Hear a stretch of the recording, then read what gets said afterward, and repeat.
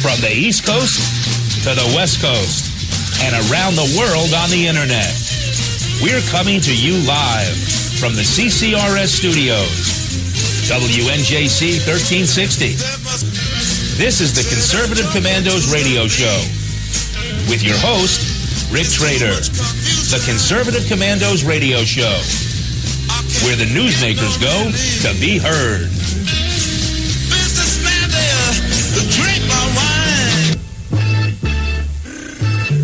You can call the Conservative Commandos radio show at 856-227-1360. Your opinion counts at 856-227-1360. This is Congressman Alan West, and you're listening to the Conservative Commando radio show. Welcome, everybody, and welcome, fellow patriots. Welcome once again to the Conservative Commandos radio show.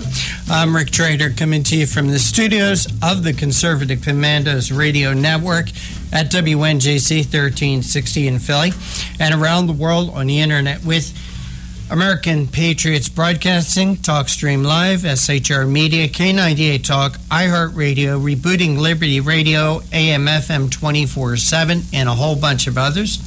And joining me today is the Patriot from the Garden State, and that is Anna Little, my very good friend. Anna, welcome back to Conservative Commandos radio show. Glad to be here, Rick. Well, Anna, it's great to have you with me today. And this is such an interesting time that we live in. Not all of it is good, but it surely is interesting. And yesterday we had a guest on, the good friend of the show, Robert Knight. He is a senior fellow at the American Civil Rights Union and the Washington Times. Well, we had Robert on yesterday. I didn't see a reason to bring him back, but he did write another terrific article that I thought it would be interesting for you and I to discuss today. Punishing the Pursuer Instead of the Perp. It's an article by Robert Knight today. It's on the American Thinker. And what I'd like to do, Anna, is I'd like you to read this article to our audience, and during that time, I'd like to stop you if I want to comment on something, or you please stop if you want to comment. But I thought this was a terrific article. I thought it was worthy of more than worthy of our time, both in content and of the subject here on the Conservative Commandos. So I agree with you, Rick, and I'd be happy to do that. The article is entitled Punishing the Pursuer Instead of the Perp. It's dated January 26th, which is yesterday, and it is written by Robert Knight, and it begins, if all else fails, shoot the messenger. On Monday, a grand jury in Houston indicted 2 journalists who made the explosive undercover videos that feature Planned Parenthood officials discussing the sale of aborted babies' body parts while sipping wine in a restaurant. I think we've all seen those, Rick. Yeah. The article continues to say that a felony charge of tampering with a government record was filed against the Center for Medical Progress founder, David Daleiden, and CMP employee, Sandra Merritt. Mr. Daleiden also was charged with soliciting the purchase of human organs as if he really intended to buy them. This grand jury was initially formed to probe whether a Houston Planned Parenthood clinic was illegally selling unborn babies' body parts, and instead it indicted the people behind the sting. I think that's incredible, Rick. I don't know. I do too. Thoughts on that? And by the way, when they're talking about felony charge of tampering with government record, from what I understand, and maybe it'll clear this up a little later, what they're talking about is one of these people that produced these videos was using a California driver's license which was questionable or fictitious. And as far as negotiating to buy body parts, they were never trying to buy body parts. And do you remember the Abscam stings? Yes. Where several elected officials were indicted because they were enticed into bribes. And what about the police that go out each and every day different stings, either trying to buy drugs or through prostitution to get evidence on people selling drugs or selling sex. I mean, this is just, to me, Anna, is head shaking. It is mind blowing. I agree with you, and I think that if there's going to be indictment on one side, there has to be indictment on both sides, because obviously those who are responding to the alleged solicitation are also willing to sell the body parts. So it's just a completely one-sided indictment, and it seems to be a miscarriage of justice in and of itself by that nature. And, of course, having my other day job being the fact that I'm an attorney, I analyze it a little bit differently than a layperson would. But what bothers me also is, as the article continues, the videos feature CMP employees posing as prospective purchasers of aborted baby organs, discussing pricing with Planned Parenthood officials, one of whom jokes about desiring a Lamborghini. So they're describing the video, and they are admitting right there that those prospective purchasers were discussing pricing with Planned Parenthood officials. So how is it that Planned Parenthood officials are not equally indicted? Okay, and then it says, by the grand jury's reasoning, undercover police officers trying to bust drug dealers should be prosecuted for trying to buy drugs. Isn't that what I just said? Exactly. Exactly. And it says undercover reporters who get county DA's office escaped on any charges. The goods on the perps. They should be hauled in and charged with what the perps are doing. Undercover reporters is exactly what these people were. The Center for Medical Progress put two folks out there as undercover reporters to go ahead and experience something and then report on it. And their form of reporting is video reporting. I don't think the indictment should stick. What do you think, Rick? Oh, I think the whole thing is ridiculous. In fact, on these videos, they got people in Planned Parenthood admitting to selling baby body parts. They're admitting it, and yet they're not indicted? I agree. I agree with you. It just blows. But it's worse. The article continues again. Meanwhile, Planned Parenthood, whose Houston clinic officials were featured in the video, so this is a home situation, and whose board of directors includes a prosecutor in the Harris County DA's office. In other words, Planned Parenthood's Houston clinic officials are featured in the video, and Planned Parenthood's board of directors includes a prosecutor in the Harris County DA's office where the grand jury indictment was issued. Okay? They escaped any charges from the Harris County grand jury. Well, Anna, isn't that conflict of interest? Yes. Right there, isn't this a conflict of interest? Yes, that a Harris County, an employee of the Harris County District Attorney is on the board of Planned Parenthood. This is dirty. It's terrible. It's unsavory, to say the least, and I believe it is indeed a conflict of interest. If my law firm had an attorney in it that participated on the board of a party to a lawsuit, that would disqualify me from representing either party in that lawsuit. The same applies to the Harris County DA's office. That's a law firm. It just happens to be on the government dole. It's unethical. It's okay. So the rest of the article. After the videos were released last year, triggering a nationwide outrage, Planned Parenthood claimed the videos had been heavily edited to misrepresent them. They based this on a report that they themselves solicited. Fusion GPS, misdescribed repeatedly in the media as an independent outfit, is an opposition research firm tied to the Democratic Party with a history of harassing socially conservative Republican donors, according to the Weekly Standard. And on August 25th of 2015, Fusion GPS released its 10-page report on the CMP videos. And here we go with the report. The analysis was trumpeted high and low as proof that the videos are not worth viewing. Here's a snippet that speaks volumes about what they did not find. Fusion GPS analysts reviewed all four of the full footage videos released by the Center for Medical Progress, totaling more than 12 hours of tape. This analysis did not reveal widespread evidence of substantive video manipulation, but we did identify cuts, skips, missing tape, and changes in the camera angle. Changes in camera angle? Cuts? In other words, the undercover... Is that a crime? More than one camera. Is that a crime, Anna? No, it's That's not a crime. It's normal. You know, ABC, CBS, NBC, and every other network out there does this all the time. They don't show the entire video. They show snippets. They do cuts. They do commentary before, and during, and after. And this is what these people are being charged for? Yep, music was added as in virtually any video product plus some slow motion. So this is just, it's authentic editing. It's editing, but it's authentic. There's no manipulation of the words of the people. There's no out-of-context representations. It's normal video editing.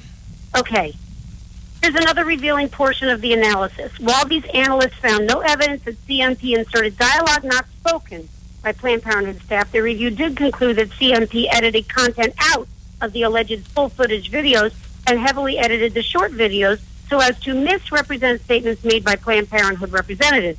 They simply can't get around the fact that segments Well, Anna, is dialogue, that, you know, if Planned Parenthood wants to bring a civil case, that's one thing. But I agree. This is criminal. This has nothing to do. These people in Harris County are doing nothing but protecting those bastards, and I'll use the word bastards because it is in the encyclopedia, those bastards in the Harris County District Attorney's Office. Well, listen, Rick, I think at this point, the reason they're going criminally is they can't go civilly because what was represented in those videos was not false. If it was false, they'd have a slander claim pending now. But they can't file for slander if they can't find a false statement. And they didn't find a false statement. So the only thing they can do is try to go at this criminally. And what I'm having a problem with is the deliberate conflict of interest that is, I mean, you can't use the Harris County DA's office if there's a board member for Planned Parenthood in that office. You just can't ethically do that anywhere in the country. It's unethical. So there you are. There's a little bit more with this. Let's see. They simply cannot get around the fact that segments of intact dialogue reveal Planned Parenthood reps calmly discussing body part prices. There is no defensible context, nor did they edit out any clips of them later saying, just kidding. The whole thing is like someone capturing damning footage of a bunch of crooks sitting around planning a robbery. An analyst hired by the crooks finds that the final product, while accurate, was edited for effect and that therefore there's nothing to see here, folks. Imagine if 60 Minutes and every other investigative documentary maker were subjected to this kind of analysis with only raw footage allowed. The Center for Medical Progress uses the same undercover techniques that investigative journalists have used for decades in exercising our First Amendment rights, freedom of speech and of the press, and follows all applicable laws. And that is a quote from Mr. DeLayden. He said it on Monday, which is, I guess, the 20th. And I bet if you asked the producers of 60 Minutes, they would say the same thing about any story that they ran. I would say that if this is criminal, we could probably arrest politicians for the election ads they put out when they're mudslinging. Oh, I think we should. Well, you know, if they're prosecuting these people, I'm just so angry. I could spit. Okay, so the indictment itself doesn't stand without explanation because it had to be noted, and again I'm going back to the article, that buying fetal tissue requires a seller as well, and Planned Parenthood still cannot deny the admissions from their leadership about fetal organ sales captured on video for all the world to see. The indictment of the CMP videographers who have been a thorn in the side of pro-abortionists in the Democratic Party, pardon the redundancy, is not the first time a video maker has been set up to absorb blame. Following the deaths of the U.S. ambassador and 3 other Americans on September 11, 2012, at the U.S. consulate in Benghazi, Libya, authorities arrested and jailed the man who made the anti-Muslim video that the Obama administration falsely blamed for the fatal attacks, and yet, it was all his fault, even though it was not. In 1978, investigative reporters at the Chicago Sun-Times staged a massive sting operation of buying and operating the rundown Miracle Mirage bar and surreptitiously taping city officials taking bribes to ignore code violations. Perhaps if the reporters had done this today, they'd find themselves arrested for the very crimes they were exposing. Texas officials said that despite the grand jury's actions, they will continue to investigate Planned Parenthood. But there is something really rotten going on in Houston, and someone should make a video about it. I am totally with Robert Knight on this. The most rotten thing I see as a licensed attorney in the state of New Jersey and in the district court of New Jersey. That's the federal district court. I find it rotten that Harris County DA's office has a member who's on Planned Parenthood's board. They ignore that. They put in a one-sided indictment and in a fight that includes Planned Parenthood with a board member sitting in their law firm, and they can't smell that that's unethical and should be impermissible based on the licensing and their oath. I mean, that's the starter. And this is a guy who's going to enforce the law? I mean, this office is charged with enforcing the law, and they're not following it themselves. We lawyers are supposed to be better than this, and we are charged with policing ourselves. There is no way this should go without some kind of reprimand against that DA's office, and I mean against the entire DA's office. And, okay, say this goes to trial now. Can the makers of these videos, the CMP, the company CMP who produced these videos, where Planned Parenthood admits to selling body parts, how much of those videotapes can be shown in the courtroom if you get nothing else out of this to help expose Planned Parenthood and what they do? Well, it seems to me those videotapes are substantial evidence in this trial. Do you think the prosecutor is going to... There will be all kinds of motions back and forth. The argument by the government will be that they are incendiary, that they are they're distracting. They will argue that they should not be entered into evidence. But I believe at the end of the day, well, first of all, you've got to change the venue. I mean, you can't do this in Harris County. You can't do this in Houston. You can't do this in Texas. I mean, good Lord, it's got to go somewhere else. So they've got to deal with that conflict of interest issue first. Then once they've gotten over that, dealing with the admission of the evidence, which is your question, those arguments need to be heard. But I would find it hard to believe that a judge would not admit these videos into evidence when they are the very subject and the basis for the indictment itself. You know, and I'd also like to know about the makeup of this grand jury. Now, we're talking Harris County, Texas, which is Houston, which is an urban city, which is controlled by Democrats, where mostly Democrats live. I would like to know the makeup of this grand jury. Well, what's more important to know is, do we also have a conflict of interest in the jurors themselves? That's what I'm saying. Is anybody there a donor to Planned Parenthood? Is anybody there involved with Planned Parenthood in any way?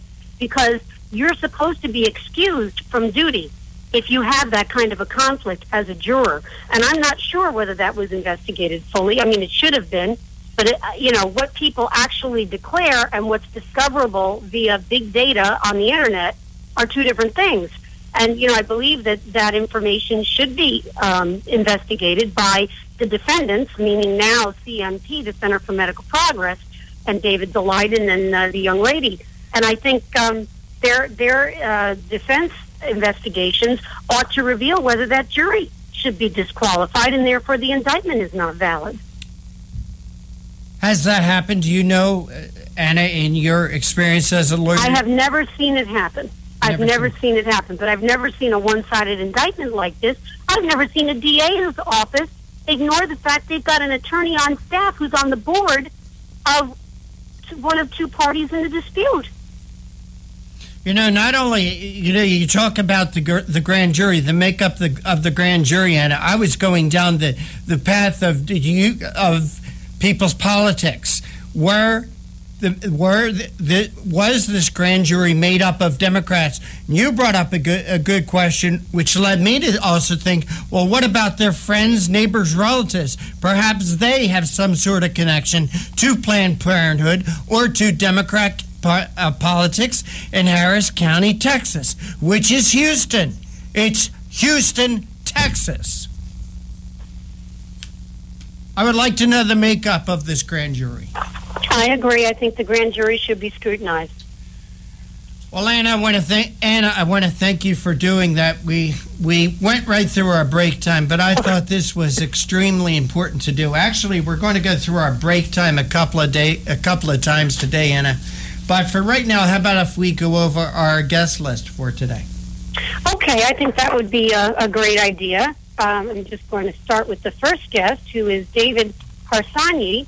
He's a senior editor at The Federalist, and he's a nationally syndicated columnist and author of The People Have Spoken, and They Are Wrong, The Case Against Democracy. Harsanyi's work has appeared in the Wall Street Journal, Washington Post, Weekly Standard, National Review, Reason, New York Post, and numerous other publications. He's appeared on Fox News, CNN, MSNBC, NPR, ABC World News Tonight, NBC Nightly News, and dozens of radio talk shows across the country. And he's coming on Conservative Commandos radio show today to talk about Donald Trump. Who else, right? Donald Trump. But how Donald Trump really isn't unique. And, you know, he says that history proves that Constitution-hating, fire-breathing fearmongers are not exclusive to any party. So it's going to be a very interesting discussion at 3:35 with David Harsanyi. And then at the end of the show, I get the opportunity to interview Megan Barth. She's the founder and proprietor of ReaganBaby.com, a nationally recognized commentator and a women's advocate. And she is coming on to talk about what will triumph in Iowa next week, nationalism or conservatism. Very interesting to distinguish the two, and I do think that this is the time to discuss it. There are very different natures to these candidates, and I guess we're talking about the two front runners, Trump and Cruz, but also the others on the stage. And some of them can be considered nationalists and conservatives. Others can be considered conservatives first. And so it's an interesting discussion to have. Now, you've got the one in the middle, right? Right. And again, this is another, as I said, we're going to go out of our norm today. Roger Aronoff is going to be joining us at 4:05. He has worked as a journalist, TV producer, director, writer, and distributor. He was the organizer of the Citizens Commission on Benghazi. Roger has written and produced and directed award-winning documentaries, including a documentary that aired on many PBS stations called Fighting Words, a tale of how liberals created neoconservatism. He also produced Think Tank with Ben Wattenberg, a weekly public affairs show on PBS. Roger has written a great article, and to get it all in, we're going to forgo our break during the 4 o'clock half hour. Hillary Clinton faces legal and political obstacles in presidential bid. Great article. Can't wait to speak with Roger on it. And I feel this article is so important to get the information out about it that we're going to forego our break during that 4 o'clock half hour. So we've got a great show lined up once again here on Conservative Commandos. Hey, Anna, let's take our break now. And you are listening to Conservative Commandos with Sharon Angle. With Anna Little and Rick Trader, coming to you from the studios of the Conservative Commandos Radio Network, WNJC 1360, our flagship station in Philadelphia, and around the world on the internet with American Patriots Broadcasting, TalkStream Live, SHR Media, K98 Talk, iHeartRadio, Rebooting Liberty Radio, AM, FM, 24/7. Today's show, like all our shows, is brought to you by the First Amendment, protected by the Second. Don't go away, Anna, and I will be right back with our first guest, David Harsanyi from The Federalist. They say I'm crazy. I really don't care. That's my prerogative.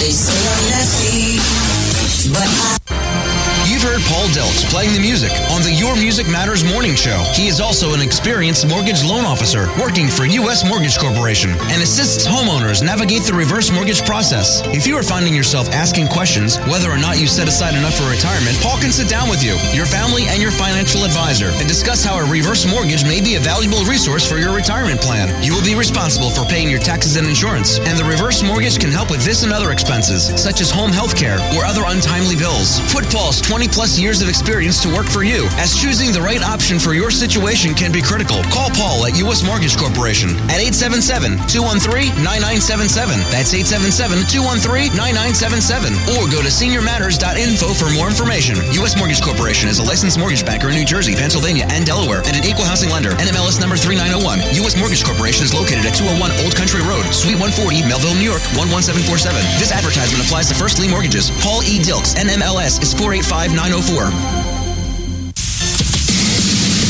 Hi, this is Bob Biden, owner of Bob's Little Sports Shop in Glassboro, New Jersey.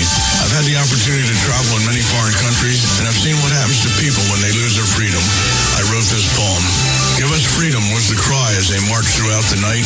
At Concord Bridge in Trenton, for freedom they would fight. To build a nation that would last with peace and liberty, it is a job that's never done if we are to be free.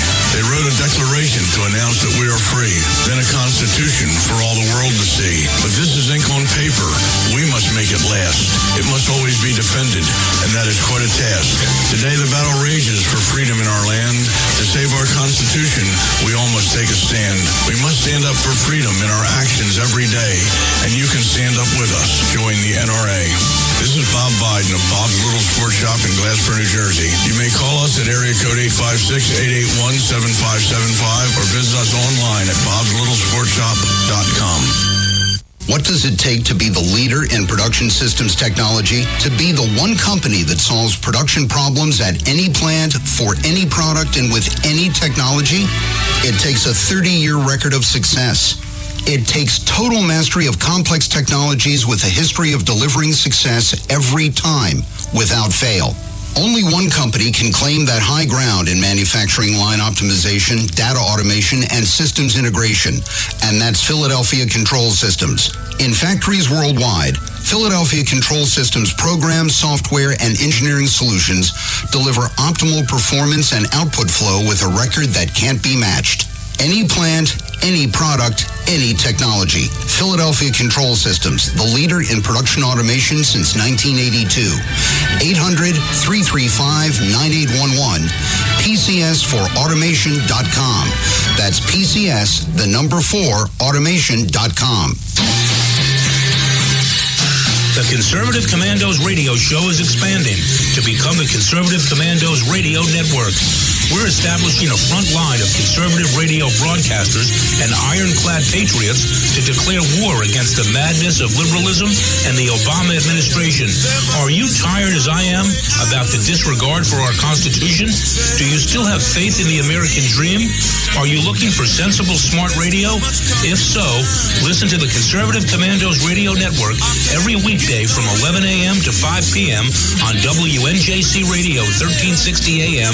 or around the world on the internet at WNJCradio.com.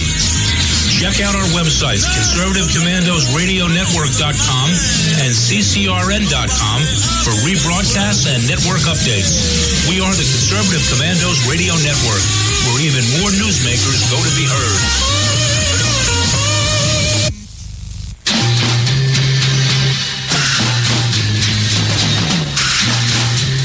From the East Coast to the West Coast and around the world on the internet, we're coming to you live from the CCRS studios, WNJC 1360. This is the Conservative Commandos radio show with your host, Rick Trader.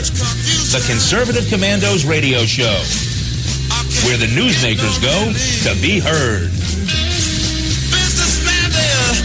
Drink my wine. You can call the Conservative Commandos radio show at 856-227-1360. Your opinion counts at 856-227-1360. This is Congressman Alan West, and you're listening to the Conservative Commando radio show. Welcome back, listeners. Welcome back to Conservative Commandos radio show with Rick Trader and Anna Little. If you would like to hear a rebroadcast of today's show, please check out our website, CCRS Network, and CCRShow.com. Or mornings at 9 a.m., log on to LeadingEdgeRadioNetwork.com. 1 p.m., RoarRadio.net, and 9 p.m., HighPlainsDailyNews.com. And now you can listen to Conservative Commandos from any phone by calling 832-999-1199. Our first guest is with us, and the honor of the introduction is mine. David Harsanyi is the senior editor at The Federalist. Harsanyi is a national syndicated columnist and author of The People Have Spoken, and They Are Wrong, The Case Against Democracy. Harsanyi's work has appeared in the Wall Street Journal, Washington Post, Weekly Standard, National Review, Reason, New York Post, and numerous other publications. David has appeared on Fox News, CNN, MSNBC, NPR, ABC World News Tonight, NBC Nightly News, and dozens of radio talk shows across the country.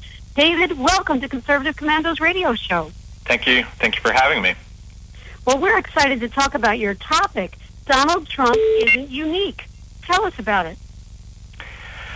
Well, I mean, I guess, I am not personally a fan of Donald Trump, but I think that a lot of hand-wringing I see on the left and people acting like this is the end of the world generally ignore history. I think that we've had many people who have fed off the sort of frustration and anger of the electorate and remind me of Donald Trump in many ways.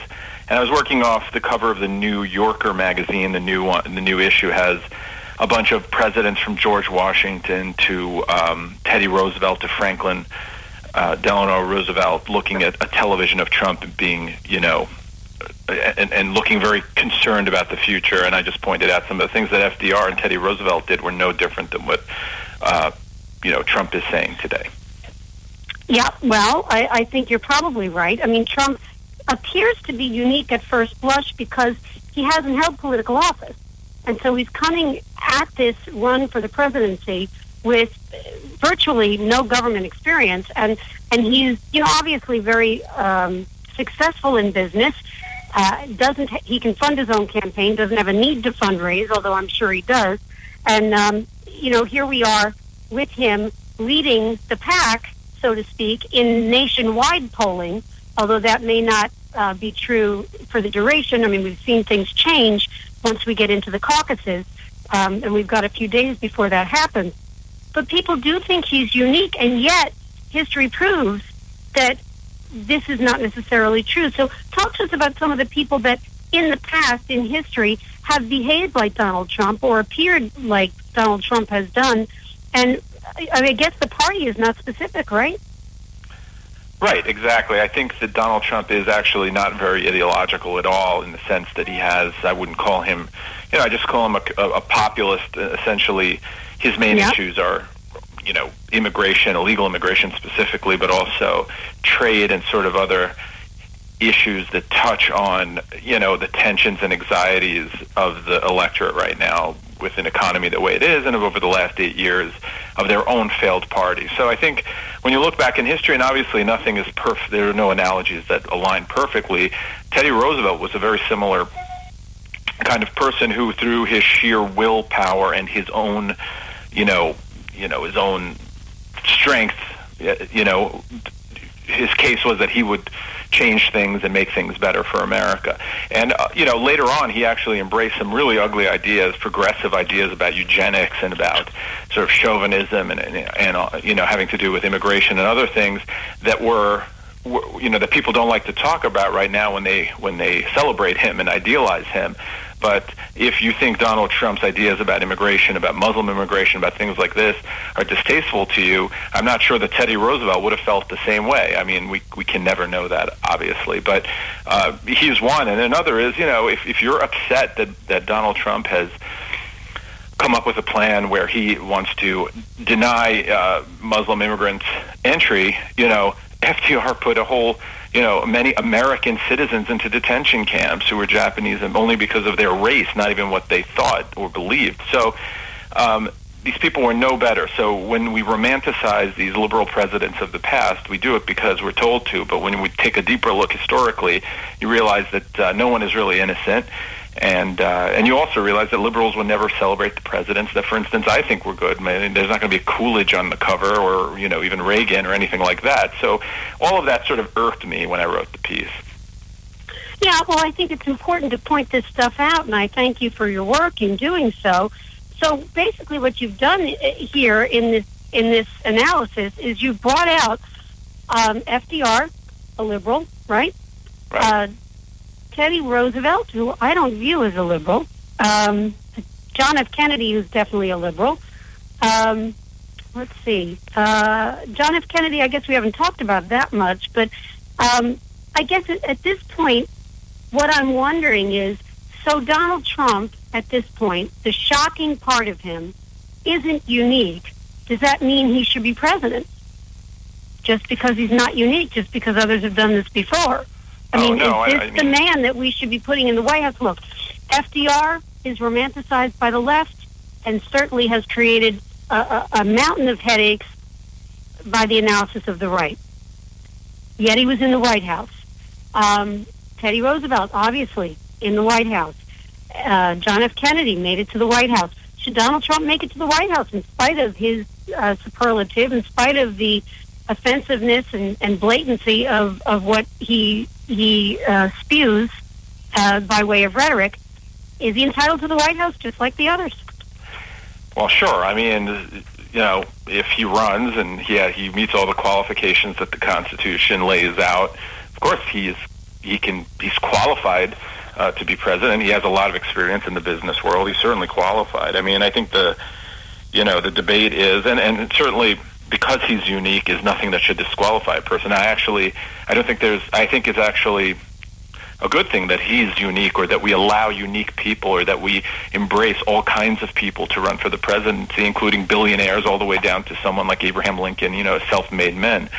So I think, and one day women. So I think that that's all fine. But and though I understand the frustrations and with people have with their own parties, and this goes for both sides, but let's talk about Republicans right now. The frustrations they have over the past few years. I think some of them are genuine. Some of them are not as genuine in the sense I think we expect too much from our politicians. But generally speaking, I think that when you get angry, there's something that comes after anger, and you have to make choices. And to pick someone who sort of undermines many of the things you've been complaining, or accentuates actually many of the things you've been complaining about, you're actually picking someone who's going to do all the things that you said you didn't like. Well, then it makes me wonder. So I have nothing against him because he's unique. My problems with Donald Trump are over policy and over what the presidency should mean in this country. I think Barack Obama's abused that authority in ways that have never been abused before, but also that he's made arguments that undermine the Constitution, and I just wouldn't want the right to pick someone who's going to act similarly, because I don't think the presidency should be, if president's not a king. So that's my main problem with Donald Trump. And also, I have disagreements with him, about his economics, but that's for people to decide. He's certainly welcome to be president if everyone votes for him, if he has the majority. Right. Well, at this point, I think you pointed out just in this one statement that you've made just now, you pointed out two important issues. One is that Barack Obama has taken his policy to the extreme, and that's why people are frustrated at this point, and looking at someone like Donald Trump, who is certainly not your ordinary, predictable candidate for the presidency.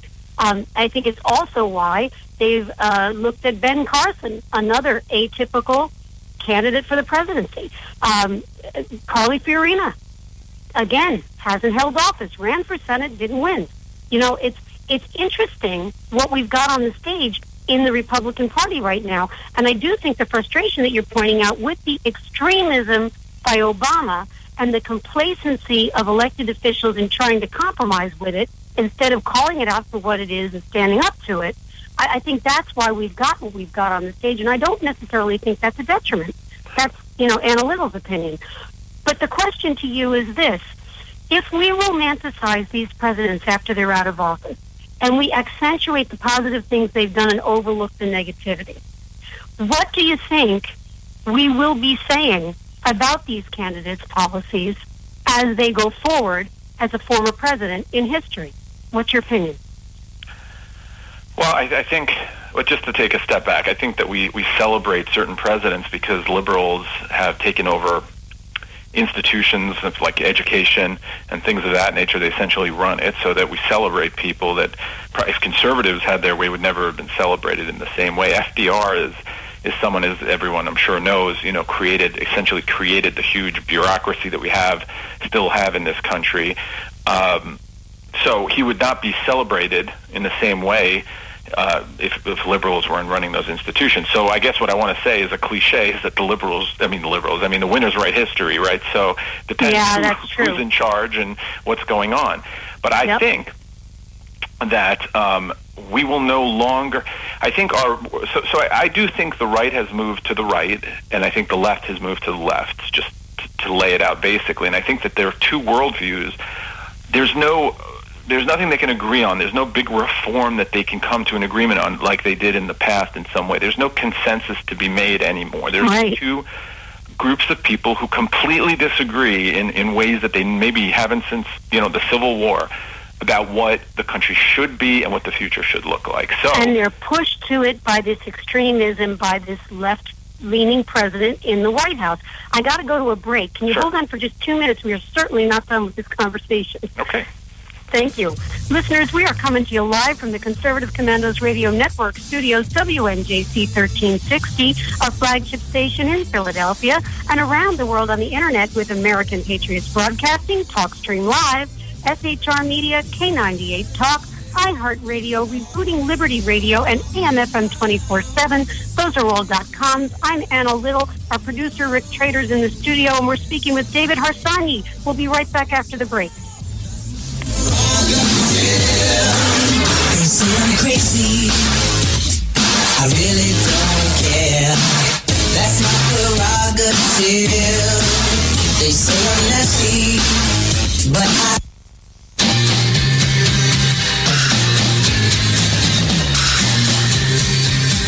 The Conservative Commandos radio show is expanding to become the Conservative Commandos Radio Network. We are establishing a front line of conservative radio broadcasters and ironclad patriots to declare war against the madness of liberalism and the Obama administration. Are you tired of the disregard for our Constitution?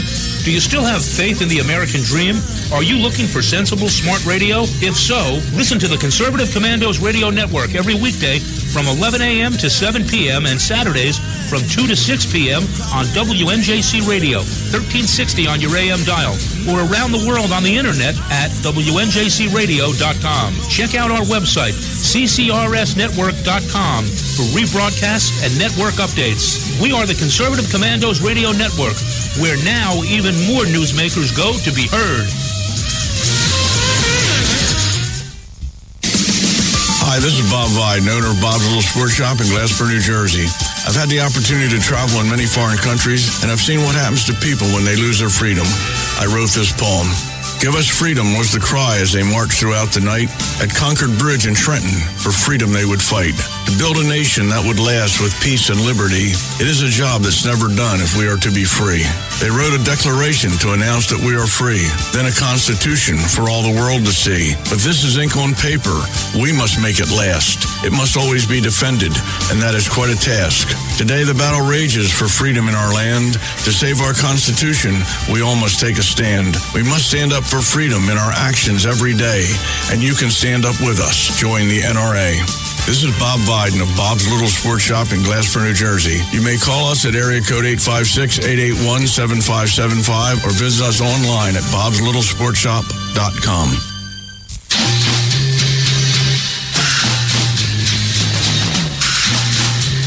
From the East Coast to the West Coast and around the world on the Internet, we're coming to you live from the CCRS studios, WNJC 1360. This is the Conservative Commandos radio show with your host, Rick Trader. The Conservative Commandos radio show, where the newsmakers go to be heard.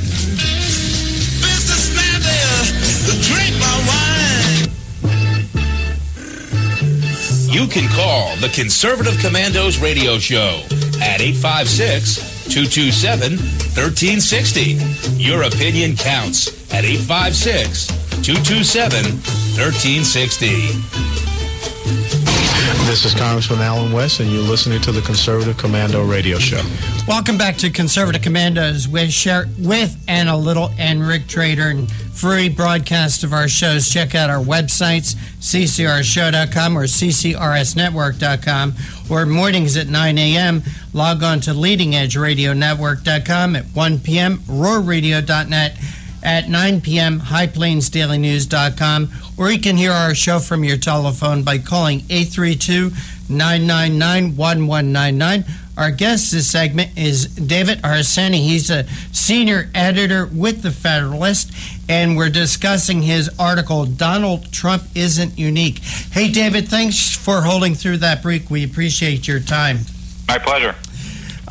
David, I was a little amused by something you said with Anna during your talk with her, that you were irked, and sometimes being irked, and sometimes that leads to some very thoughtful writing. So I guess as a motivator, being irked can be very useful sometime. Well, there's a story about George Will. When he first became a columnist, he was nervous that he couldn't come up with 2 columns a week, so he asked William Buckley if he should do it, become a columnist for the Washington Post, and Buckley asked him if he ever got really mad. And he said, yeah. He goes, how many times? A couple of times a week. And he goes, well, there are your columns. So, column writing is often about, you have an emotional reaction, you take a step back and you try to reason it out, I think. Well, I appreciate that. And in your article, you talk, and one of the things that I really liked about your article is the historic references that you put into it about the actions of past presidents, and would they be so different from what Donald Trump is talking about? And in your article, you talk about Trump's promise to temporarily halt Muslim immigration, where we have many examples, or we have several examples, where presidents have actually arrested people of certain nationalities. Like, it's well known that Roosevelt put hundreds of thousands of Japanese Americans in concentration camps, and also Roosevelt was somebody who actually deported people out of this country. So I think that was a great thing to remind your readers about. And I forgot to mention, he also halted Jewish immigration from Europe pre and during the Holocaust. So he did that as well. Yeah, and also you made reference in here that the same president, Franklin Roosevelt, carpet bombed Japan and Germany during the Second World War, and you equate it to Donald Trump saying, hey, we find out who these terrorists are, we go after their families too. So that would not be unique in a Donald Trump presidency. In fact, if he did that. Right. I mean, and I'm not passing a value judgment. I actually don't think it's a great idea, but I think it's fair to say we have to judge things in their time, historically, all that stuff. But my point only is this, really, is that whenever you talk to someone on the left, they act as if, they can never see that their own philosophy, their own ideology and history have a lot of ugly things in it. They always just see it on the other side. They always only, they just can't accept that they have a lot of bad ideas as well, that their heroes have done a lot of ugly things in history. So, and maybe they don't think they're ugly. Maybe they want to defend them. I don't know. But the thing is, again, I mean, that Trump is not very unique in this, and he is unique in contemporary politics as far as right-left goes. But he's not unique when you take a little broader view. And 200 years is not really that long time in the history of the world. So it's out there. David, you also talk about John F. Kennedy. John F. Kennedy, being a very flawed man, wasn't necessarily the most moral person. People have talked about Donald Trump and his divorces, and also about Donald Trump and his wealth. Well, you remind us in your column that John F. Kennedy, while he was president, his family was one of the richest families in America. So Donald Trump's wealth in the White House, wouldn't that be unique either, would it? Right, it wouldn't be unique, and I only bring up, I guess I do care about someone's moral character because I think it reflects on how they do things, and I think if you think about Bill Clinton or John F. Kennedy, you think about people who are morally suspect, but also put the country in danger by their actions. If they were just doing this in their own private life, I don't think I would care very much. But I think when you're president and you're bringing prostitutes to the White House or having affairs with interns, I think that you actually put the country in a very bad spot, and it's dangerous. So I think that's something we can look at. And obviously John F. Kennedy had a lot of moral issues with women and other things. So, yeah, I think it's fair if you're going to bring up Donald Trump's life that we should talk about other presidents. I don't think I think we'd have a lot to talk about. Mm-hmm. Yeah, well, I don't know if Kennedy is the one that strikes my mind first. I mean, obviously, it's true what you're saying about Kennedy, but the first one that strikes my mind is Bill Clinton. Well, that's because you're younger than I am, and I brought up Kennedy. Yeah, but Bill Clinton is timely because his wife now wants to run to be president, which puts him back in the White House, which I believe he desecrated by his behavior. What are your thoughts on that?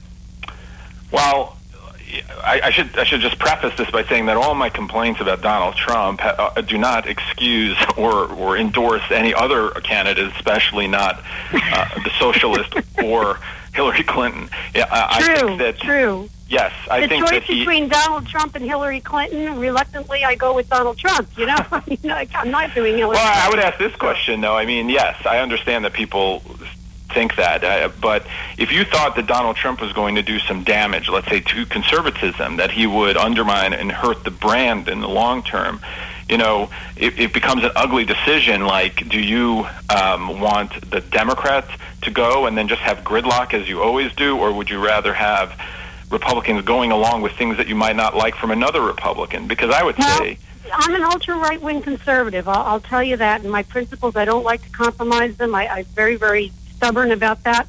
I will tell you this. Even a bad conservative is better than a liberal in the White House. And, right. That's just my opinion. And I've dealt with local government before. I've been in office, and I have seen the damage to giving control to the liberal left, even at the local level. It's so hard to come back from that damage. So unless we have runoff elections, I have a very hard time with third-party candidates for that reason. Yeah, no, I understand that, and I think the two-party system with two different consensuses, if that's how you say it, work well. My only, I guess, theoretical question would be this: when you have gridlock, nothing happens, which is my favorite kind of government. And when you have George Bush as president and a Republican Congress, the budget grows and grows and grows, and spending grows and grows and grows. So I sometimes wonder if maybe two parties not doing anything is better than having one party doing bad things, even if you sort of like that party. But more than that, what I think is dangerous these days is the president is taking more and more executive power, so they work around that system, and that becomes very dangerous. So, so here's where I want to go next. I don't want to see us electing someone to the presidency based on their celebrity status, but I do believe that the President of the United States needs to serve one master and one master only, and that's we the people. So these political parties muddy the water, okay? They are private, and my party leadership doesn't like it when I say this, but I'm going to say it anyway. The political parties are nothing more than private associations that get together with a platform and then back a candidate. The candidate does not belong to that party. The candidate belongs to the people. The candidate will serve the people once they're in elected office. They may choose allegiance to a party or they may not choose allegiance to a party, but the parties are not where it's at. It's the individual candidate and their relationship with we the people. And we've gotten away from that in politics. Now give me your thoughts. Well, I wrote a book against democracy, so I will just say that I know what you're saying, and I think that you're right. Generally, I would agree with that sentiment. The problem of that is, if all the people want to undermine the Constitution, I have a problem with it. So for me, that's true too. The politicians first. In fact, a politician, especially, I'm not sure if on every level this happens, swears on the Constitution to uphold and defend it.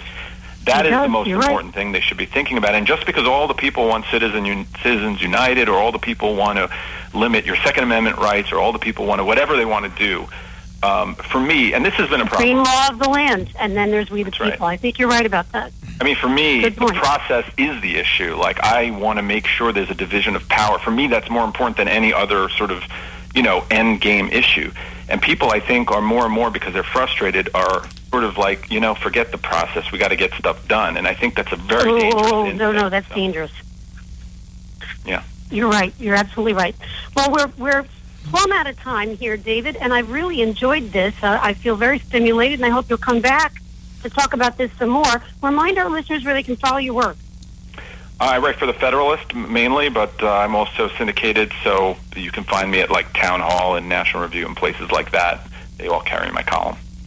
Thank you very much for spending this time with us on Conservative Commandos, and keep up the great work. Thank you. Anytime. Bye. Okay, listeners, that was David Harsanyi, senior editor at the Federalist, talking about Donald Trump isn't unique. And we are coming to you live from the Conservative Commandos Radio Network studios, WNJC 1360, our flagship station in Philadelphia and around the world on the internet with American Patriots Broadcasting, TalkStream Live, SHR Media, K98 Talk, iHeartRadio, Rebooting Liberty Radio, and AM/FM 24/7. Those are all .com. I'm Anna Little, Rick Trader, our producers in the studio, and we'll be right back with you at Conservative Commandos after this break. They say I'm crazy, I really don't care. That's my prerogative. They say I'm nasty, but I...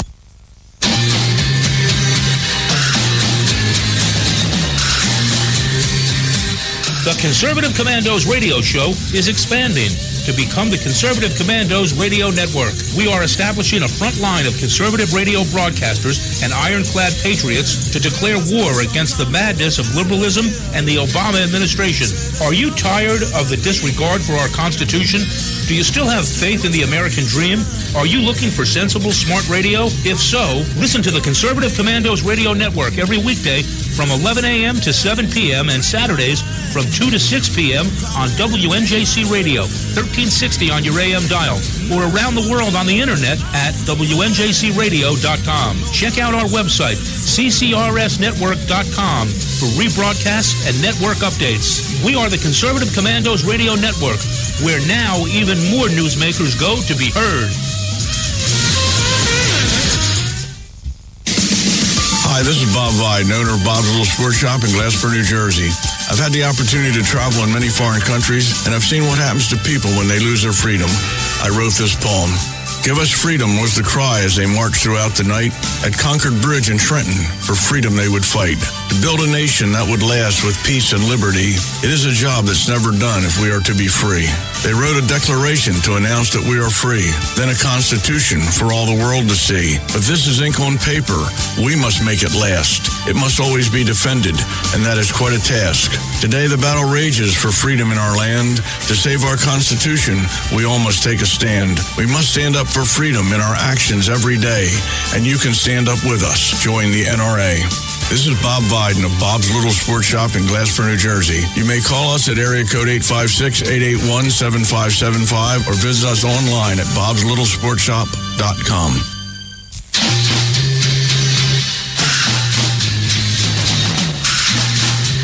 From the East Coast to the West Coast and around the world on the internet, we're coming to you live from the CCRS studios, WNJC 1360.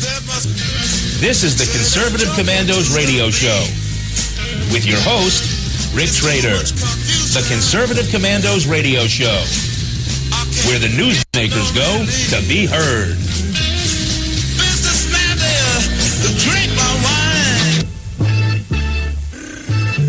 You can call the Conservative Commandos radio show at 856-227-1360. Your opinion counts at 856-227-1360. This is Congressman Alan West, and you're listening to the Conservative Commando Radio Show. Welcome back to the Conservative Commandos Radio Show with Anna Little and yours truly, Rick Trader. And for rebroadcasts of our shows, check out our websites, ccrshow.com or ccrsnetwork.com. And I'm going to leave the rest off because I want as much time with our next guest as possible. And, you know, I keep saying about myself here on Conservative Commandos, hey, I'm no genius. I'm not the smartest or the brightest light on the Christmas tree, but I know who are, and one of them is our next guest, and that is Roger Aronoff. He's the editor of Accuracy Media. Roger has worked as a journalist, TV producer, director, and distributor. He was the organizer of the Citizens Commission on Benghazi. Roger has written, produced, and directed award-winning documentaries, including a documentary which aired on many PBS stations called Fighting Words, a tale of how liberals created neoconservatism. He also produced Think Tank with Ben Wattenberg, a weekly public affairs show on PBS. Roger, welcome back to the Conservative Commandos radio show. Thank you, Rick. Great to be back with you. Great to have you back. And Roger, I wish we had 2 hours to spend just with you on this article. Terrific article, by the way, Roger. I got to tell you that right out front. And the article is Hillary Clinton faces legal and political obstacles in presidential bid.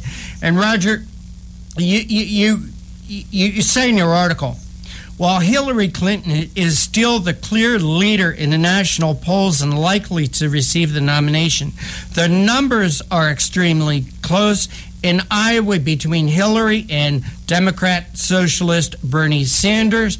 And Roger, if a year ago you would have told me this would have been happening, I would have said you're nuts. But Bernie is ahead in the polls. Yeah, not just ahead, but in New Hampshire ahead by 30 points in some polls, and depending on which polls you look at in Iowa, it's neck and neck, or one or the other's ahead by 5 points or so. But he certainly seems to have a lot more enthusiasm on the ground. That factor is working in his favor. It's pretty clear, and it will be finally, after all this talk, next week the voting starts, huh? Yeah, it sure does. And Roger, you also make the point that Clinton's run for the White House was supposed to go off without a hitch. What happened to Hillary on her way to the coronation? Well, a lot of things have come out that he wasn't expecting. I mean, between Benghazi, and that has been a big something that has provoked a lot of the things that have come out. That brought out her emails, and with the emails have come many other things that we've learned about her, including the fact that she has so far noted, they've noted over 1,300 of her emails contain classified materials.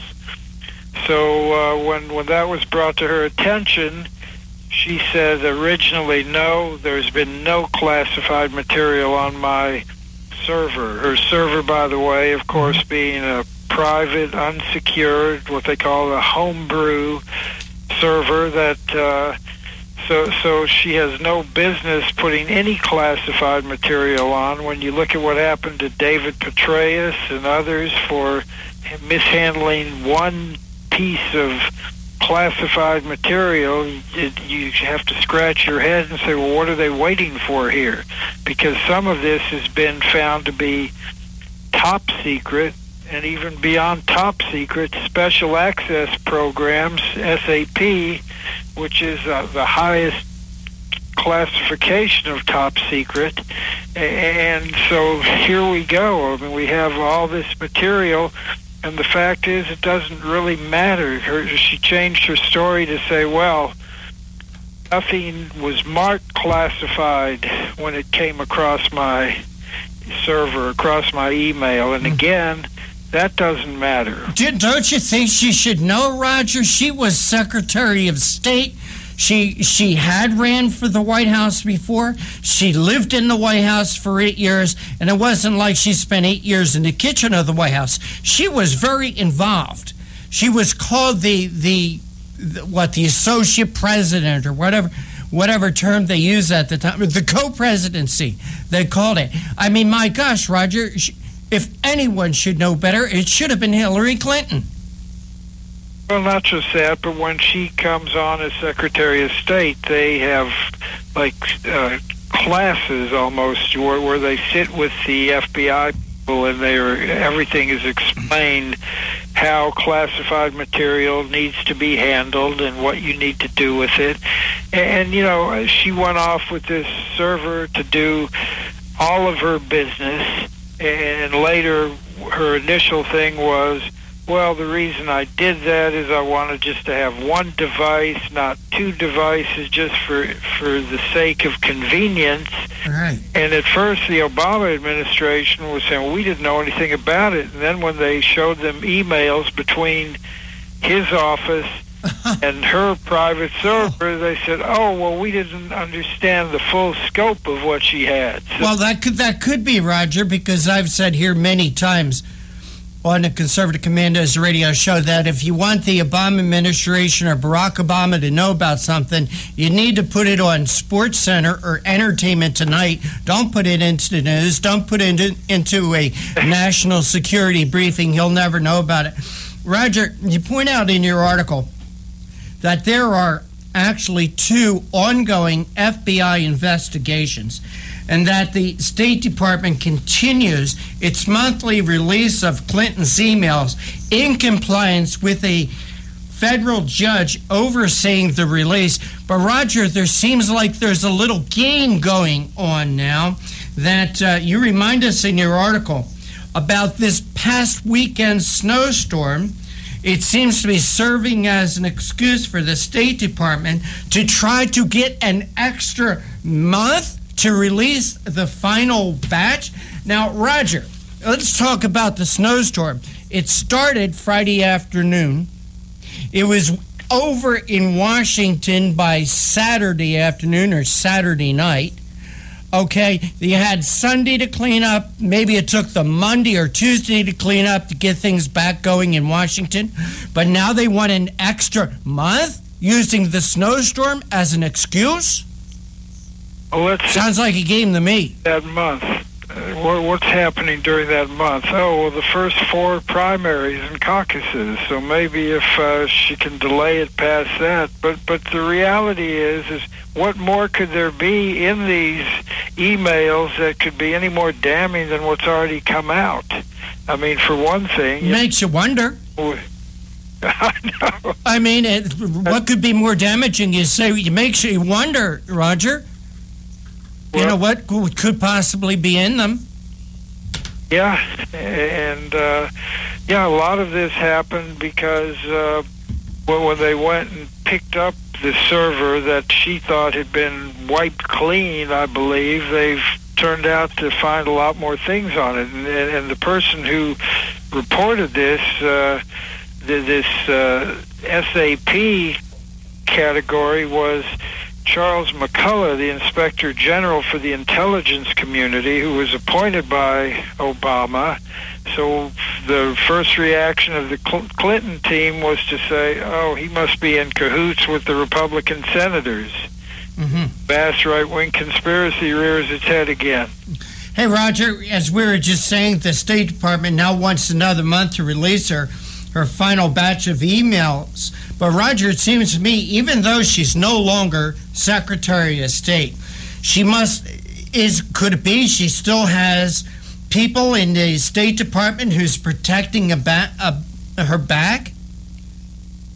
Well, that could be, but also the opposite could be true, because if they really wanted to protect her back, there's a lot of these emails that wouldn't have been released. So, so I'm not sure about that, because that's a whole other game that we have to sort of play out now, because what you've got here is a situation where, while the FBI is investigating this, they don't have a grand jury to issue subpoenas, and so that normally they work with the Justice Department and a grand jury would be formed, but that hasn't happened here. And so you've got to wonder, and thinking back, Joe Biden, when he announced he wasn't running, it sounded more like a speech where he was getting in the race, but so at some point they're going to have to come out and say either, well, we found nothing to proceed with a criminal referral.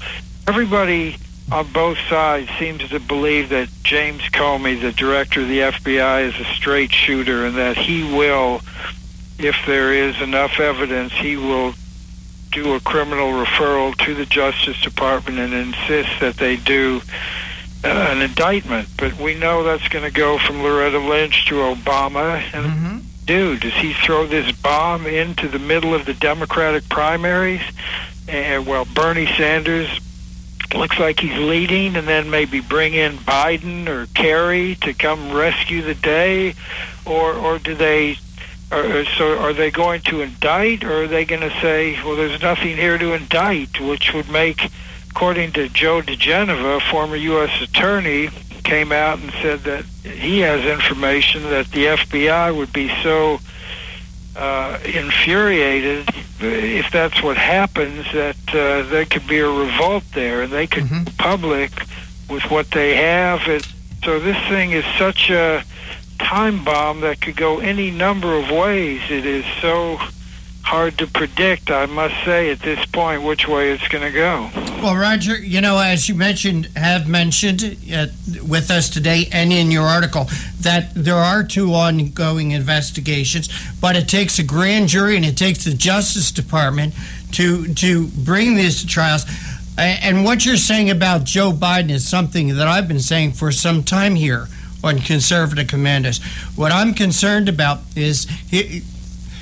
not concerned, but what I see is that Hillary becomes so toxic with the emails, with Benghazi, with the Clinton Foundation, and everything else. And I've seen it happen in the past, where the Democrat Party pulls a candidate who's in trouble. Remember Thomas Eagleton? Sure. He was on the ticket as vice president. It came out that he had some mental issues and had sought counseling, and they pulled him off the ticket, the national ticket. He was on the ticket running for the vice presidency. They pulled him off the ticket. Right here in New Jersey, Robert Torricelli was the U.S. senator who was up for re-election.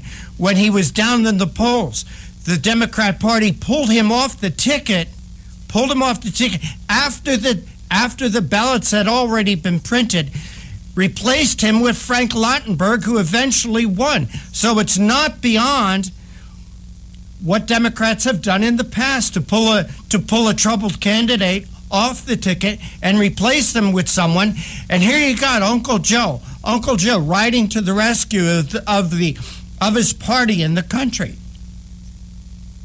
Yeah, but here's the thing. So for the next 4 weeks, we have one a week. You have Iowa, New Hampshire, South Carolina, and Nevada. But then right after that, Super Tuesday, March 1st, you have 14 states. You have caucuses or primaries. And then over the following week after that is another 9 states.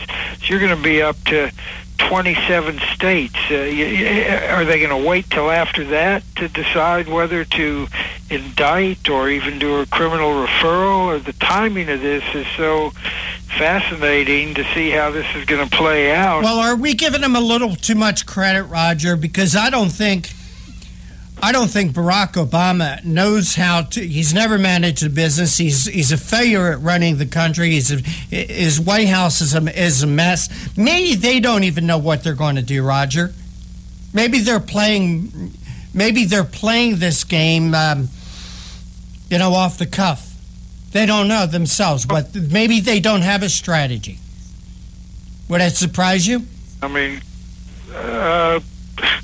it seems they've had to think this thing through by now because, you remember back in August when Bill Clinton was on the golf course with Obama and that picture showing him with his arm back, and then Ed Klein recently reported that Hillary said, call your effing dogs off, and she had a one-on-one meeting with him in the White House. So this certainly has been brought to his attention. He knows that this is a ticking time bomb one way or the other. I mean, either they're going to say nothing here and what that would set off, or they're going to say, yeah, there's enough here to indict, and what is that going to set off? And would she continue to run even if she got indicted? It's another angle of this story that is very hard to anticipate.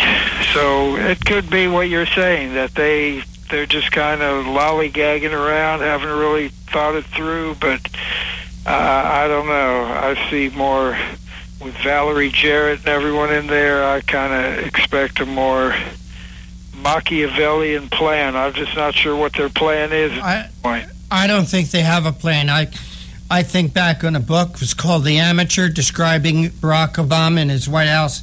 Hey, Roger, I wanted to go back to the 1,340 emails, if we would, that went through Hillary Clinton's server that has been deemed classified.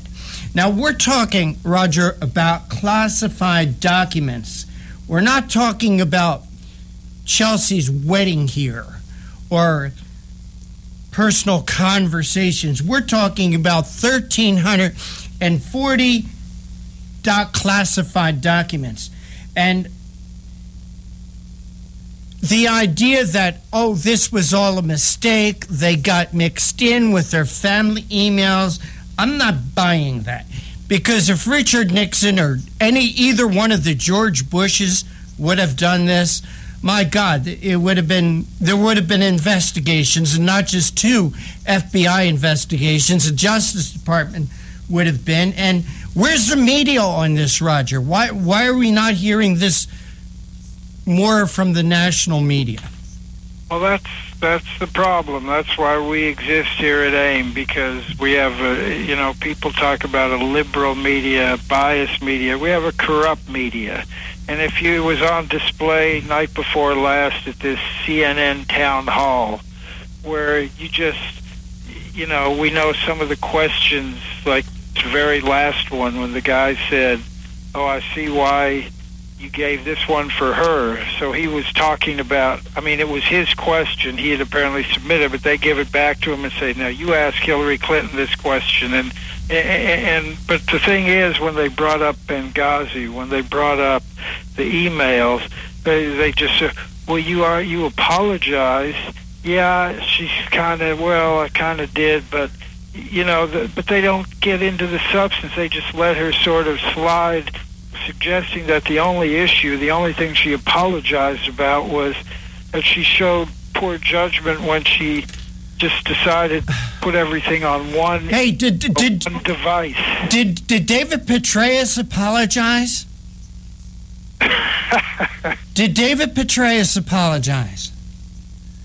I frankly don't remember. Well, Roger, if I robbed the bank yesterday and apologized for it today, does that make everything clean? No, but he didn't apologize for mishandling classified material. They don't even ask her that. That's the problem when you ask about what's with the media, is they don't even pursue that, and they just leave it at that, at her suggestion that this whole big thing is all political. It's all a big flap about whether I use one device or 2 devices for my email, not the fact that none of them ever will bring up the fact that when she says everything, I never had anything that was marked classified at the time. So they should say, well, don't you know that doesn't matter whether it was marked classified or not? And shouldn't she know, Roger? Shouldn't she know what should be classified or not? Well, of course. She was Secretary of State.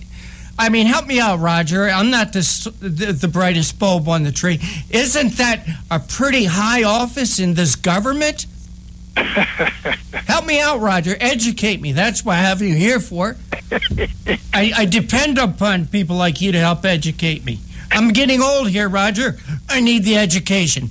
Secretary of State, where is that in the hierarchy of our federal government? It's pretty high up there. It's the one that does our negotiations with foreign powers. Look how she reset things with Vladimir Putin. So look at the great deal she orchestrated with Iran. We got a terrific deal there. Was she responsible for the Bo Bergdahl deal too?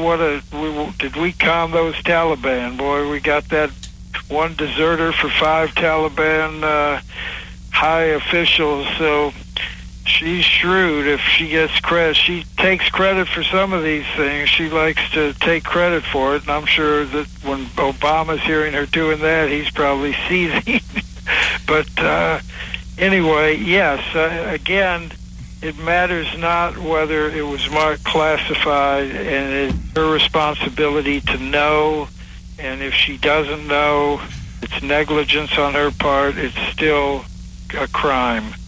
Roger, let's talk about how important these classified emails are. Can you tell us about Inspector General Charles McCullough? Yeah, I already referred to that he was the one appointed by Obama, unanimously approved in the Senate, and he is the one who came out with this recent letter to, I believe it was to the chairman of House Intelligence Committee, which is Burr, and the the Senate Foreign Relations Committee, which was Corker, and he sent them this letter about this, the special access program. So he was a pretty important guy, right? Well, absolutely, but and also in your article is that he and some of his aides had to receive clearance, right, to read the emails even before, or they needed to get clearance before they even read these emails. Right, and the thing is that that level, they have what they call a skiff. It's a room where you go in and read this stuff, so it should never leave that room. And there was one other thing, which was that there were some of the markings in an email from her that she had from her aide, Jake Sullivan, that they were having trouble sending information to her via secure fax. So she wrote back, quote, if they can't turn into non-paper with no identifying heading and send non-secure. So she's, and DeGeneva, who former U.S. attorney, again, says he said the removal of the classified marking is a federal crime. Federal crime. Roger, again, talking about these emails, and you right here, and I'll read it. In other words, this information was too important for the intelligence community inspector general to view without special access, yet it's made its way freely through an unsecured server, almost certain to have been hacked by foreign governments. If the CIA were ever to have such access to the Russian foreign minister's email server, it would be considered a bonanza for them. So, Roger, this is getting almost too unbelievable to comprehend. So her emails very well could have, and probably were, read by either Russians, Chinese, or whoever else has great hackers to get into this private server. This is scary stuff, Roger. Well, it is scary stuff, and it means she very well could be compromised if she were ever to become president. And look, we know, they acknowledge that there is constant effort to hack into the Pentagon, to the State Department, to all of our access. They got the Office of Personnel Management, 24 million files, on 24 million people through that. And yes, the idea here that, which brings up another one of her statements in her initial press conference, she talked about, that this server, which was at their home in Chappaqua, was guarded by Secret Service. So here you have this picture of these Secret Service men standing outside of a... Hackers don't come to your door, Roger, and ring the bell. There you go. Hey, Roger. Go. I'm a little frustrated because this is such a great article. I could go on with you for another hour or so. But I'll tell you what this all keeps reminding me of. Do you remember the commercial that Hillary Clinton run in the 2008 race against Barack Obama? The telephone rings at 3 a.m. Who do you want to answer that phone? I don't want Hillary Clinton.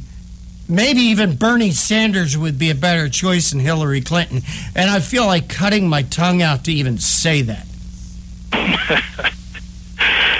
Well, we don't, pick candidates here, but it's quite an amazing time, and the Clintons are a powerful force in the Democratic Party, and there are a lot of people who either are just unaware of this, and that's again an example of the media. If you don't watch Fox News or read various publications on the or read the articles coming out of Accuracy in Media, or listen to the Conservative Commandos radio show. Hey, Roger, we're going long. I want to thank you so much. Once again, terrific article. Please tell our audience where they could read the whole thing.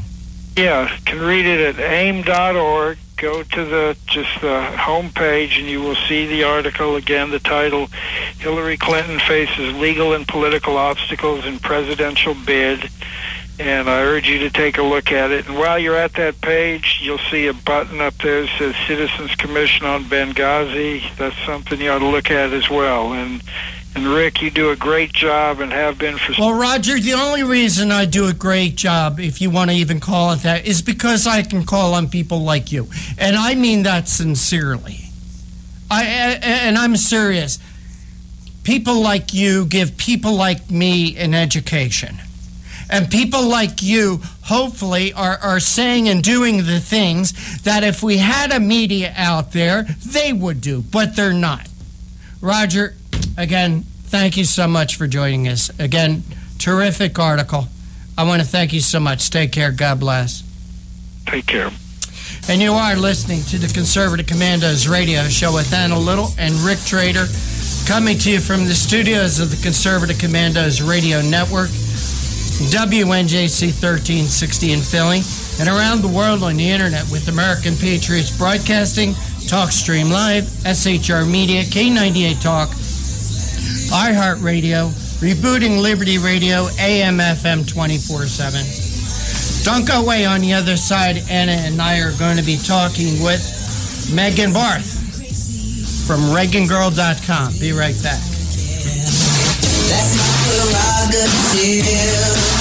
They say I'm nasty, but You've heard Paul Delks playing the music on the Your Music Matters morning show. He is also an experienced mortgage loan officer working for U.S. Mortgage Corporation and assists homeowners navigate the reverse mortgage process. If you are finding yourself asking questions whether or not you set aside enough for retirement, Paul can sit down with you, your family, and your financial advisor and discuss how a reverse mortgage may be a valuable resource for your retirement plan. You will be responsible for paying your taxes and insurance, and the reverse mortgage can help with this and other expenses, such as home health care or other untimely bills. Put Paul's 20-plus years of experience to work for you, as choosing the right option for your situation can be critical. Call Paul at U.S. Mortgage Corporation at 877-213-9977. That's 877-213-9977. Or go to seniormatters.info for more information. U.S. Mortgage Corporation is a licensed mortgage banker in New Jersey, Pennsylvania, and Delaware, and an equal housing lender. NMLS number 3901. U.S. Mortgage Corporation is located at 201 Old Country Road, Suite 140, Melville, New York, 11747. This advertisement applies to first lien mortgages. Paul E. Dilks, NMLS is 485904. Hi, this is Bob Vide, owner of Bob's Little Sports Shop in Glasper, New Jersey. I've had the opportunity to travel in many foreign countries, and I've seen what happens to people when they lose their freedom. I wrote this poem. Give us freedom was the cry as they marched throughout the night. At Concord Bridge in Trenton, for freedom they would fight. To build a nation that would last with peace and liberty, it is a job that's never done if we are to be free. They wrote a declaration to announce that we are free, then a constitution for all the world to see. But this is ink on paper. We must make it last. It must always be defended, and that is quite a task. Today the battle rages for freedom in our land. To save our Constitution, we all must take a stand. We must stand up for freedom in our actions every day, and you can stand up with us. Join the NRA. This is Bob Biden of Bob's Little Sports Shop in Glasper, New Jersey. You may call us at area code 856-881-7575 or visit us online at bobslittle.sportshop.com. What does it take to be the leader in production systems technology? To be the one company that solves production problems at any plant, for any product, and with any technology? It takes a 30-year record of success. It takes total mastery of complex technologies with a history of delivering success every time, without fail. Only one company can claim that high ground in manufacturing line optimization, data automation, and systems integration, and that's Philadelphia Control Systems. In factories worldwide, Philadelphia Control Systems programs, software, and engineering solutions deliver optimal performance and output flow with a record that can't be matched. Any plant, any product, any technology. Philadelphia Control Systems, the leader in production automation since 1982. 800-335-9811. PCS4automation.com. That's PCS, the number 4, automation.com. The Conservative Commandos radio show is expanding to become the Conservative Commandos radio network. We're establishing a front line of conservative radio broadcasters and ironclad patriots to declare war against the madness of liberalism and the Obama administration. Are you tired, as I am, about the disregard for our Constitution? Do you still have faith in the American dream? Are you looking for sensible, smart radio? If so, listen to the Conservative Commandos Radio Network every weekday from 11 a.m. to 5 p.m. on WNJC Radio 1360 a.m. or around the world on the internet at WNJCradio.com. Check out our websites, ConservativeCommandosRadioNetwork.com and CCRN.com for rebroadcasts and network updates. We are the Conservative Commandos Radio Network, where even more newsmakers go to be heard.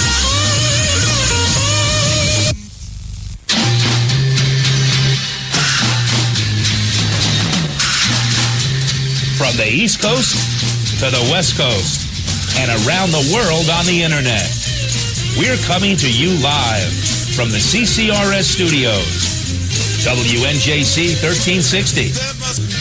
This is the Conservative Commandos Radio Show with your host, Rick Trader. The Conservative Commandos Radio Show, where the newsmakers go to be heard.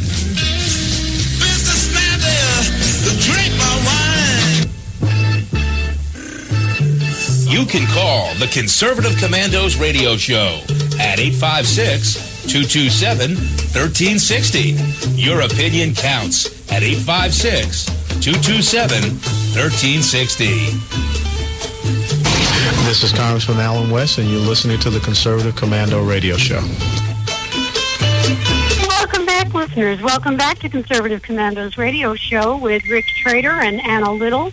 If you would like to hear a rebroadcast of today's show, please check out our website, CCRS Network, and CCRShow.com. Or mornings at 9 a.m., log on to LeadingEdgeRadioNetwork.com. At 1 p.m., log on to RoarRadio.net. And at 9 p.m., log on to HighPlainsDailyNews.com. And now you can listen to Conservative Commandos from any telephone by calling 832-999-1199. Our next guest is with us, and the honor of the introduction is mine. Megan Barth is the founder and proprietor of ReaganBaby.com, a nationally recognized commentator and a women's advocate. She joins us today on Conservative Commandos Radio to talk about nationalism versus conservatism. Megan Barth, welcome to Conservative Commandos Radio Show. Well, thank you so much. I'm glad to be back. Well, I'm really excited to talk about this because we have been watching this wide variety of candidates in the Republican field, and there are differences between them. Many of them have conservative principles, but there is this difference between nationalism and conservatism. And the question is, as you rightly point out, what will triumph in Iowa next week? What are your thoughts? Well, I think you never know what's going to happen in Iowa, but you also have to point out that Iowa hasn't picked the winner in 16 years. So with that said, you have two outsiders who are dominating the polls. Rubio is still lacking behind. However, there is some wind that he's gaining some ground. But you have a tight race between a constitutional conservative who is an outsider who has challenged the establishment base, the GOP, and that is Ted Cruz. Then you have Donald Trump, who claims he's a conservative, but obviously has a past that would contradict his current statement. He speaks in more of nationalist or populist tones, speaking to, keeping America safe, our culture, in order to establish a wall along the southern border, and also to put limits on Muslim immigration, temporary limits, until, as he says, we can figure this all out and what's going on. So in this sense, if you look at history, not necessarily American history, but if you look over to European history, the conservatives were getting decimated in the 1800s. And in the late 1800s, they adopted a more nationalist tone by where they were going to fight socialism, which is what socialism is today. It hasn't changed. And so they adopted a more nationalist tone and then ended up defeating the socialists and carrying on conservatism for the next 20 years until the start of World War I. So just looking at history, is necessarily Donald Trump, is he going to ruin the GOP brand? Well, I would challenge, what is the GOP brand? We haven't had a conservative GOP, I would contest, since Ronald Reagan. So the GOP has continued to trot out moderate candidates like Bob Dole, like Mitt Romney, you could even say G.W. Bush, John McCain. And John McCain, Romney, and Dole have lost. Romney lost because evangelicals sat out of the last election. If evangelicals would have voted in a majority of numbers, Barack Obama would have been a one-term president. The problem with running moderates is that no one wants to attach themselves to mediocrity. People want to attach themselves to leadership. They want to attach themselves to a winner.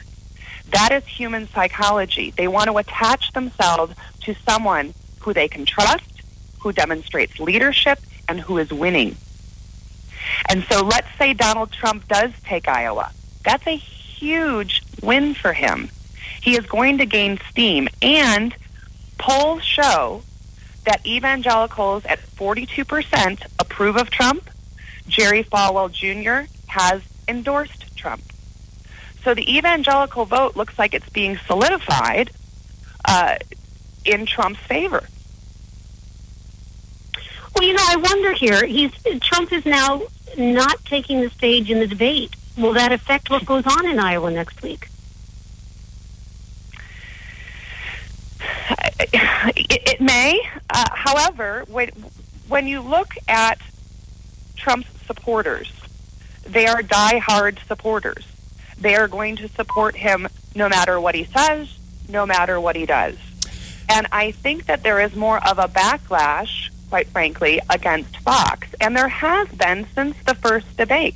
When Megyn Kelly opened up the very first Fox News debate last fall, she opened it with, she was trying to herd cats. That's what she said. And the very first question out of the gate had to do with Rosie O'Donnell and how Donald Trump throughout the years has disparaged women. We all, I think, in the audience were taken aback that the debate opened with such what I would call targeted insults towards a candidate, instead of talking about the much broader issues that the nation is facing. So there was quite a bit of backlash. There was quite a bit of boycott Megyn Kelly. There was a lot going on. Her numbers had dropped. She took 12 days off and came back with a seeming vengeance of having a lot of commentary and underhanded insult towards Trump. I don't think that there's any love lost between the two, but you have to question her neutrality as a moderator. Moderators are supposed to be neutral. I used to set up debates as a matter of fact. And one of the most difficult things when setting up a debate was not necessarily finding your debaters. It was easy to find opposing sides of the argument. It was more difficult to find a neutral moderator.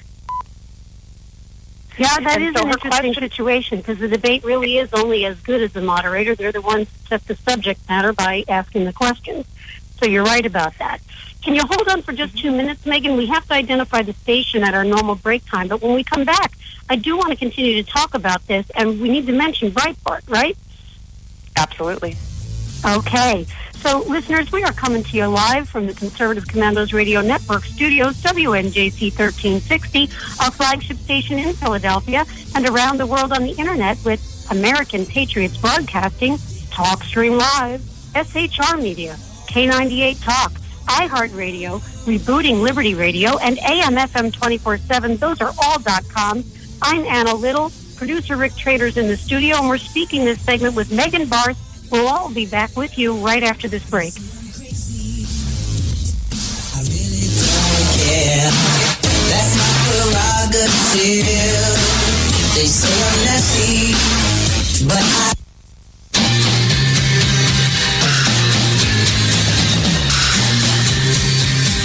The Conservative Commandos radio show is expanding. to become the Conservative Commandos Radio Network. We are establishing a front line of conservative radio broadcasters and ironclad patriots to declare war against the madness of liberalism and the Obama administration. Are you tired of the disregard for our Constitution?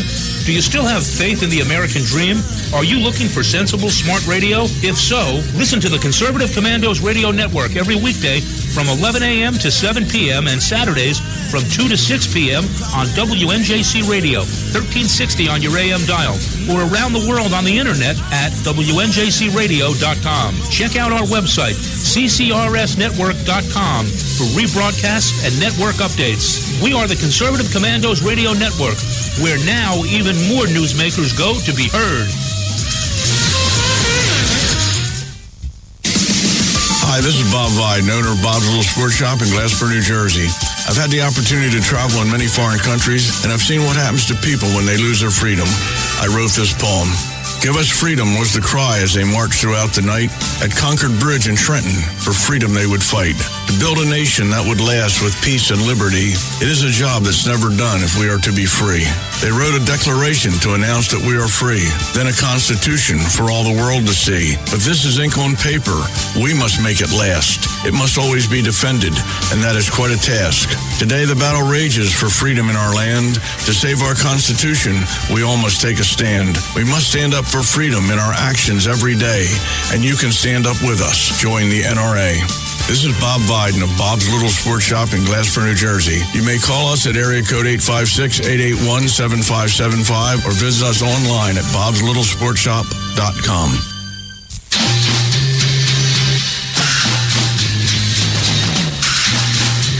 From the East Coast to the West Coast and around the world on the internet, we're coming to you live from the CCRS studios, WNJC 1360. This is the Conservative Commandos radio show with your host, Rick Trader. The Conservative Commandos radio show, where the newsmakers go to be heard.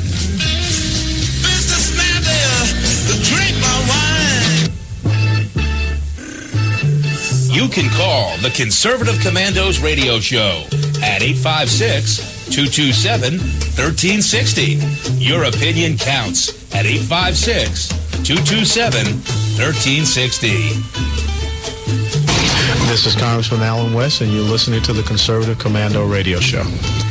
Welcome back to the Conservative Commandos Radio Show with Hannah Little and yours truly, Rick Trader. And for rebroadcasts of our show, please check out our websites, CCRS.com or CCRSnetwork.com, or mornings at 9 a.m. Eastern.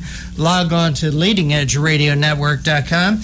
At 1 p.m., log on to roarradio.net, and at 9 p.m., highplainsdailynews.com. You could also hear our show from your telephone by calling 832-999-1199. Our guest this segment is Megan Barth. She's the founder of ReaganBaby.com. Megan, thanks for holding through that break. We appreciate your time. Well, no problem. It's nice to hear your voice, and thanks for having me back. You bet. Hey, Megan, I got to ask you about this, because this just popped up on my computer. And it doesn't look like a rumor coming from ABC News that Donald Trump has announced that Sheriff Joe Arpaio will be his vice presidential running mate. Have you seen anything about this? Holy smokes. I mean, I'm looking at a website, abcnews.com, and let me read the first parts of it. Today, Donald Trump shocked the country by announcing Arpaio as his pick for the vice presidential running mate in 2016. I have great respect for Joe Arpaio, Trump told reporters. Like me, he understands that we must restore law and order to the borders and respect that men and women have our police forces. I thank him for supporting my policies and candidacy for president. He, too, knows that we can make America great again, and because of this, I am proud to announce Joe Arpaio as my vice presidential running mate. And just moments ago, I'm happy to report that Apiro has accepted my offer. So it's now official. You'll see a Trump Apiro ticket coming this November. Now, I'm reading this from ABC News. You know, this isn't The Onion or one of those red flag news or something like that. I mean, this is shocking if it's true. I'm just waiting for Rod Serling to just pop out of the corner and say, imagine if you will. I mean, I hope I'm not reporting something that... Am I in the Twilight Zone? Okay, am I in Outer Limits? I don't know, but I'm seeing this. Well, I think it's been either 50 or 60 years that a candidate has announced a running mate in a primary. That blows my mind. Hey, Anna, are you with us? Yeah, I'm right here. Are you able, Anna? Are you able to go on Drudge to see if there's anything on Drudge about this? I'll take a look. I'm looking at ABC News and I'm not seeing the headline, but I will look at Drudge and see if they've picked it up. Unless, am I being punked or something? I don't know. No, that's not true. And my Drudge is loading, report. So maybe okay, I'm not seeing anything. We're all doing it, right? Yeah, I'm not seeing it. And I don't see it on Drudge. Right, but sometimes they update that in the morning. Anna, what I'm going to do is I'm going to copy and paste this into Facebook, and you take a look at it, and you go on there, and you tell me what you think. Yeah, of course. Okay. ABCnews.com. Are you getting it yet, Anna? Donald Trump announced the sheriff. That's what it says.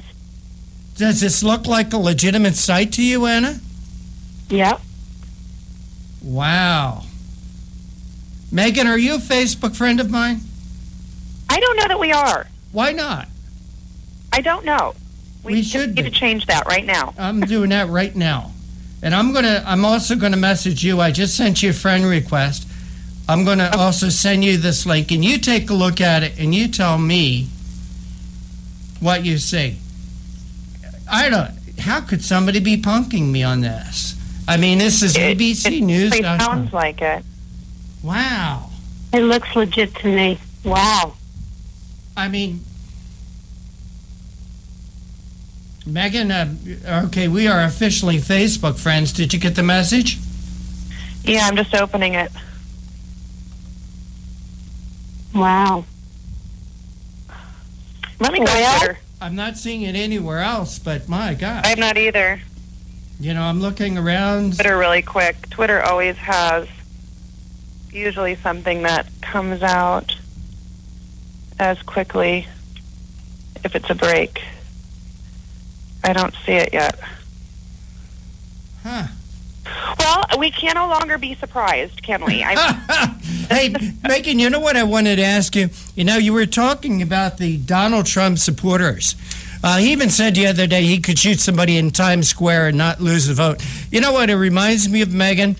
It reminds me of the Paul Butts. Remember the Ron Paul Butts? They were with him through thick and thin. Yeah, I don't think it's true, guys. I'm looking here at the contact information. Yeah. Comes up with you're part of the Rebel Alliance and a traitor. So what do you think of Erhan? But with the blast shield, I mean, it's not real. Oh, it is not real. Oh, it's not real. Oh, how did they get it on the website like that? Yeah, it'd be a little bit of a twist there. It would be it's not real, twist. Guys. Oh, that was fun. It's not real. That was fun. Yeah, that was a roller coaster ride that I wasn't expecting. Well, when you see a website, I mean, I love Sheriff Joe Arpaio, but I do too. Or write and try to win a general election, man. I don't know. But when you see a website, abcnews.com, it looked legit when I opened it. I thought, oh, you know what? I'm looking at it again. It has abcnews.com.co.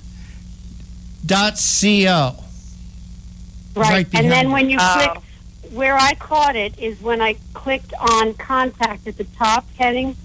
See where it says Wednesday, January 27th, and then join blog forums. Right. I click contact. It's gobbledygook. No kidding. Oh, that was fun. So it's not fun thought, but not. Hey, everybody out there, never mind. False alarm. False alarm. Never mind. But this is so typical. This was so typical of all the shocks and awes that are going on. Yeah, in you almost want to cycle. believe it. Yeah. Yeah. Well, you know, Never know what to believe. If you would have Talk to us, asked me, Megan. What about this? You know, you have a reference to Breitbart here, and I met the man, and you know, I was really impressed with him. Uninhibited, completely unabashed, full right-wing conservative. The question you ask is, what would Breitbart do? So, what do you think? What would Breitbart do in this environment? What would he say? What would he do? well, you know, I have to harken back. I actually had Andrew, I hosted him at his very first Tea Party rally that he ever spoke to. So he and I worked together early on in the Tea Party movement. I had talked with him quite a bit. I never had, dinner with his wife or anything like that. I didn't know his family, but I talked to him quite a bit. And he was one of my inspirations for starting Reagan Baby, because he was not afraid of the truth. He was not afraid of speaking the truth, and he knew who the enemy was. He identified the enemy, and he was hell-bent on defeating the enemy. And the enemy, according to him, was the mainstream media, who he called the Democratic media complex, and it was the radical left, which is found in the Democrat Party. Isn't it funny how you don't find socialists in the Republican Party, but they seem to find a home in the Democrat Party? Yep.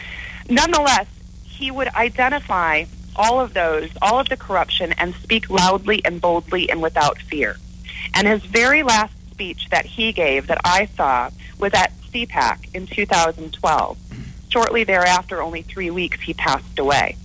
And in that speech, he had a call for unity. And he said very clearly, you want a unity speech? I'll give you a unity speech. I don't care who our candidate is.